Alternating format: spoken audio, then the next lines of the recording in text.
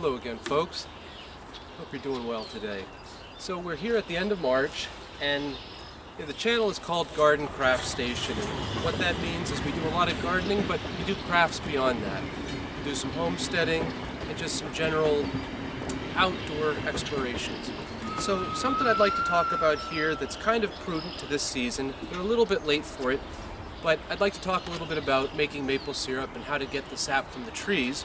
And I wanted to go over with you guys a little trick I've found to do it cheaply. You don't really need any equipment, you just need a paper towel, a jug, a nail, and maybe a screwdriver or a drill. It's pretty easy beyond that. Behind me here we have a red maple. It's starting to bud and flower a little bit, so it's a little bit late, but I think we can still get a little bit of sap out of it. I'll go through and show you how it's done. And if you have any maple trees in your yard, sweet birch trees, you can tap them in the late winter, early spring. I'd tap that. I'll tap that big one. Hello, folks. I figure this is a nice tree to tap right here. We're working with a red maple. We're going to do it the Frugal style. So we've got an old bottle, some string, some paper towel, a nail, and a screwdriver. So what we're going to do here, I think it'll actually work, we're just going to bore a small hole in the tree. Maybe a 1/4 inch in. I'm using a Phillips head. You can of course use a drill, but I'm doing this the cheap way. I'm assuming you don't have a drill.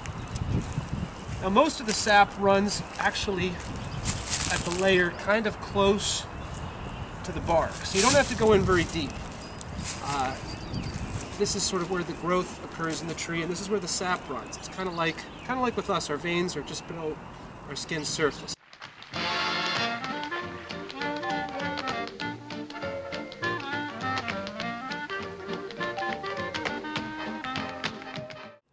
little bit of damp wood coming out. That's the sap. It runs in the morning and at night. It comes up in the morning and retreats back down at night when you have these cold spring nights. So, how do we do this? We're going to take our paper towel and we're going to try to make a wick out of it here. So I'm going to put my nails carefully in my pocket. I'm just going to twist it up to make a wick. Alright? So we twist this, get out a nail. I'm going to pack the nail into the hole. I should say I'll pack the paper towel into the hole and then use the nail to hold it in place. Use the back of the screwdriver to pound it in. This is the cheap method, I said.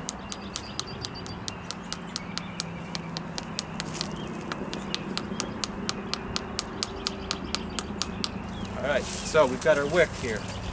Usually people use a spigot. We'll go a little cheaper this time. Get our container, make sure you clean it out first.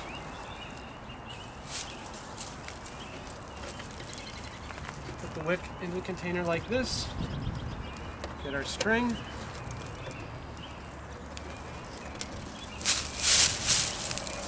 Tie it around the tree.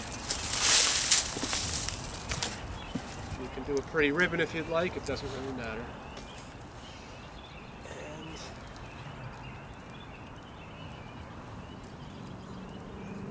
We are. So, what's going to happen here? The sap's going to run.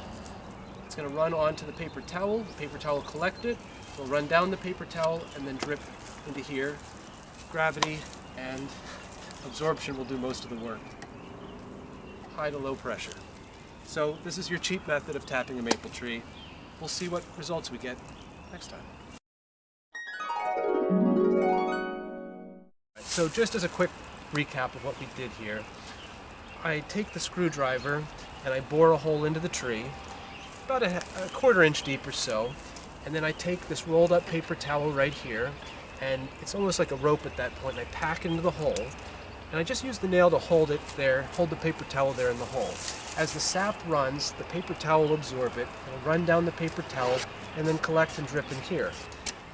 Check it periodically, dump it out. The string just holds everything in place.